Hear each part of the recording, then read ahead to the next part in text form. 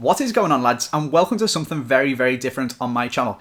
If you're coming onto this video to say, Andy, what are you doing? Upload Ultimate Team, that's what we subscribe for. Do not worry, that will be back. This is going to be the only episode of Career Mode on my channel. But if you guys are coming on here because you absolutely love Career Mode as much as you do Ultimate Team, and you really want to watch me try and take Everton to the top, I've popped a link. The second episode is already up on my second channel. The rest of the series is going to be on that channel. So there's a link to the channel and a link to the episodes down in the description. Go over there, you can watch episode number 2 as soon as you finish watching this one. Make sure you drop a sub on there as well, and you'll be able to follow the series and any other stuff that I do that is a little bit different to my usual stuff over on that channel. For now though, we are setting up the game that we are going to be doing here. I wanted to put the Europa League in because of course Everton are in it this year, so I had to do a seeded draw to get the actual teams in, and then it didn't do the groups properly, so I messed it around and put Everton's actual group there, but I left all of the other ones the same because it would have took me absolutely ages to sort out all of the groups properly. But you can see Lille, Wolfsburg, Everton and Krasnodar are in the group there, so we're going to have our actual Europa League games as you would do in real life. As well, we are playing this on world class. We've got moderate for the financial strictness. We're going to play it in pound sterling, of course, and we're just going to get straight into it. Download the latest squads to get us started, and we're going to create our manager. We're actually going to be Roberto Martinez, so we're going to be the Everton's manager in real life. I was debating about whether to do this like as me or as Martinez, and I've kind of done a mixture between the two. We're using Martinez's name, and he's going to have olive skin and his nice suit that he wears and all stuff like that, but I've made myself the English version, so hopefully I, as the English version of Roberto Martinez, can take Everton to winning the league, winning the Champions League. Maybe I'll even become the England manager one day if that's something you guys would like to see, and we can carry on and hopefully just win absolutely everything with Everton. And if we do, maybe even move on to someone else, because he's always been tipped to be the Barcelona manager as well. But you can see we are straight into our career now.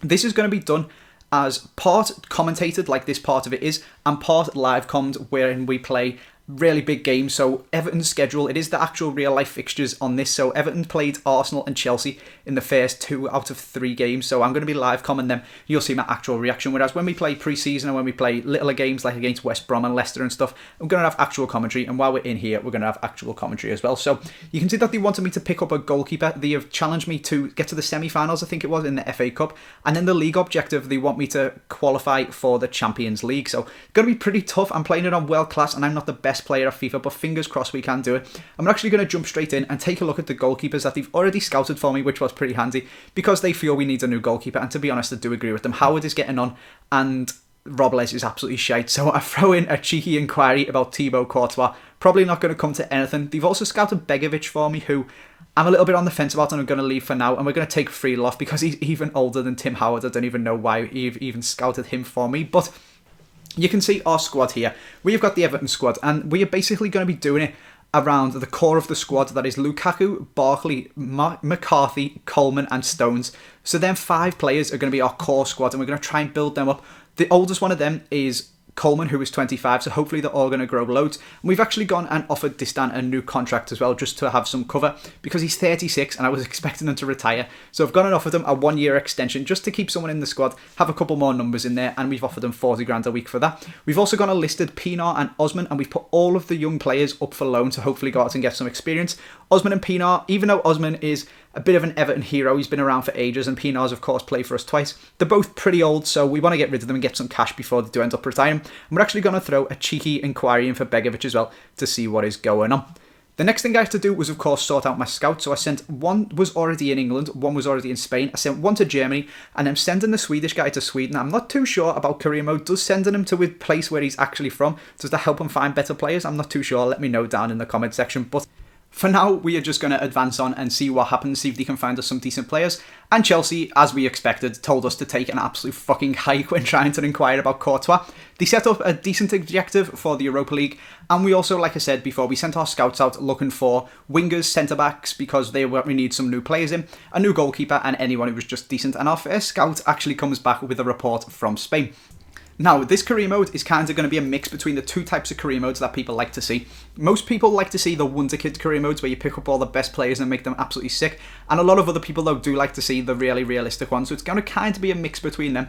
We're not going to be signing anyone too stupid, but I do kind of have an idea who is going to end up absolutely ridiculous. And we have just inquired about a couple of them then. You can see Distan has actually accepted our contract, which is absolutely brilliant. We've got him for an extra year, basically, and he's going to be a bit of cover, especially as we've just picked up an offer from Antolin Alcaraz, who is 31, and he is absolutely fucking shite, so I'm just going to accept that straight away. They offered a little bit under what he is worth, but I didn't want to go at them and then say, give me 2.5 million, and they'd come back and say, oh no, we don't want to do that, and just cancel the deal. I just wanted to get him out the door, to be honest. So that is why we got rid of him. He never really plays for Everton. He played yesterday in the League Cup and he was absolutely terrible. So I've basically just shipped him out, and hopefully we're going to be able to pick up someone better with the money. Next thing that happens is someone comes in for Phil Jagielka. It is Sunderland, and they have offered us 4.9 million. Now, he is our club captain. He's 79 rated. He is 31, so he's getting on again. 25 is the oldest player that we got in the core of our squad that we want to be building around. So I'm actually going to go a little bit stupid and say, do you know what, Sunderland? If you give me 10 million, I will actually let you have Phil Jagielka. So that is what I go and do. And to be honest, even though he's the captain, like I said, he's 31, he's getting on a bit. And for 10 million, we could easily pick up someone young who is going to be able to do the job and replace him and grow into someone even better. So they are our first two little bits of transfer dealing, and the Jagielka thing, I'm kind of on the fence about whether I want to sell him or not. Even if they would come back for 10 million, I would be a little bit hesitant. But our scout has come and showed us these two players, so we are going to inquire about picking up Carvajal. We're going to inquire about picking up Iñigo Martínez, and then we're actually going to inquire about this Bangura guy, because look at them stats. He looks absolutely rapid, and we always love to have them. And then finally, this Leno guy looks absolutely incredible. He is only 22, and he's a brilliant goalkeeper, so we're going to see how much he's going to cost us as well. They actually come straight back with Carvajal asking for 12.5 million, which is kind of good, but we more need a centre-back than a winger, and they actually go and ask for 25.5 million for Leno, which we cannot afford at all. I think we've got 14 or 12 million or something. Same goes for Iñigo Martínez, 26 mil. Can't afford him at all, but this 5.5 mil for that Bangura kid, we can afford, and then a cheeky Shaqiri inquiry as well. 20 mil is well out of our price range. So you can see we've actually got 13.275 mil. We're actually going to do the classic Everton thing of trying to take someone on loan. We're going to take this guy on a full season loan, or at least we're going to try to, and then we'll say we'll pay them. First of all, I was thinking 4.2, but then I went back and thought, we'll give you 4.5 million at the end of the season if this guy is actually quite good. 77 overall, absolutely rapid, and 22. Could end up being pretty decent, so we'll just have to see what they say. And then again, I went really cheeky, and we're going for another loan on Iñigo Martínez. This time, actually giving them a pretty hefty sum at the end of the year if they do end up giving it to him. We've given them 20 million we've offered, even though they ask for 26. See if we can get him on loan. It's unlikely because he's a crucial first team player at Sociedad, but fingers crossed we can actually pick him up, because he's going to be absolutely incredible.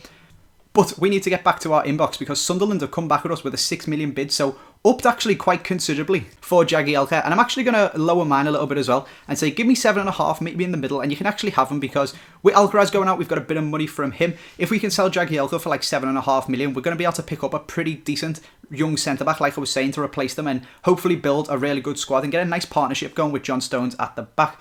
You can see we have actually got a bid for a Runa Kone as well, which I am actually going to go straight in and just accept it. The guy's 30, he's getting on, he never plays for Everton in real life, and they've offered me 4.9 million, which is 600,000 more than my scout thinks he is worth. So straight away, I'm just going to accept that and say, yes, please, take him off my hands. He's never going to get a game. He's really old. He's not going to grow.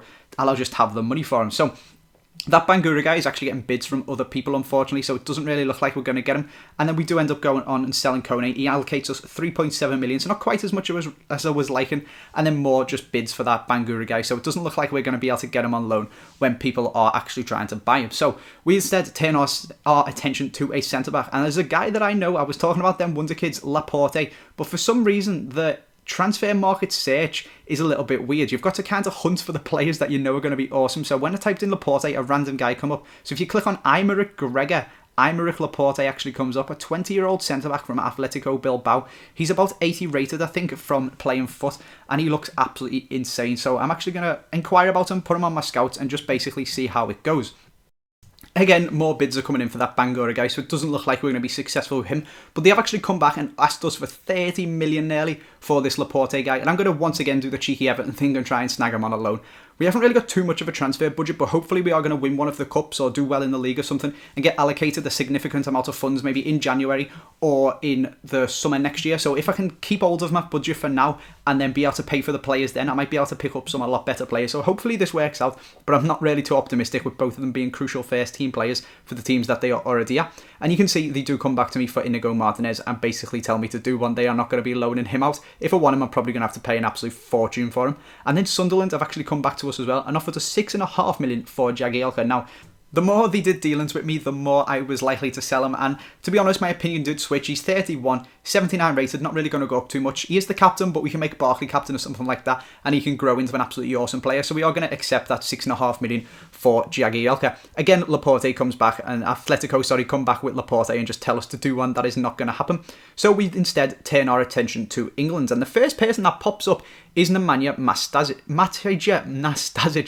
and I can go and inquire about him. I really wanted Everton to sign this guy in real life. So when they do come back to me, I am probably going to put in a bid for whatever they do offer me. You can see we've also got an offer for Neymar, which we are just not going to be selling the best player in the squad. So we're going to go and reject that straight away because he is absolutely fucking awesome. But let's carry on and see what is going on. We've got rid of Jagielka and they've given us 5 million nearly for him. And we actually threw in a cheeky inquiry about Szczesny, but 23 million, that's pushing the boat out. That is getting a little bit ridiculous.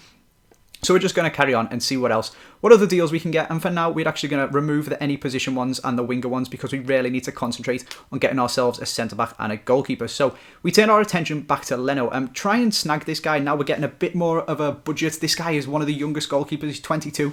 He's absolutely awesome, and I really, really want to sign him. They asked for 25 million, and we've now got 21. I was tempted to move some of my wage budget because we got a really big wage budget now over and offer them 25 mil for him. But I thought to start things off, I'd be cheeky. I'd offer them Joel Robles because I really want to get rid of him. And then I would offer them 18 million as well. Just to test the waters, see what's going on, what these guys are going to say. Maybe the 25 million is massively overestimated for what they really want for him. And they'll come back to me and basically say, yep, take him, you can have him. So that's what we're going to do and see how that does go down. And fingers crossed for that deal that it can go through. And then you see Man City have come back for Nastasic. And like I said, I am going to go straight in and offer for this guy. They've asked for 7 million. He is a squad rotation player. He's pretty happy that it says he is very happy actually.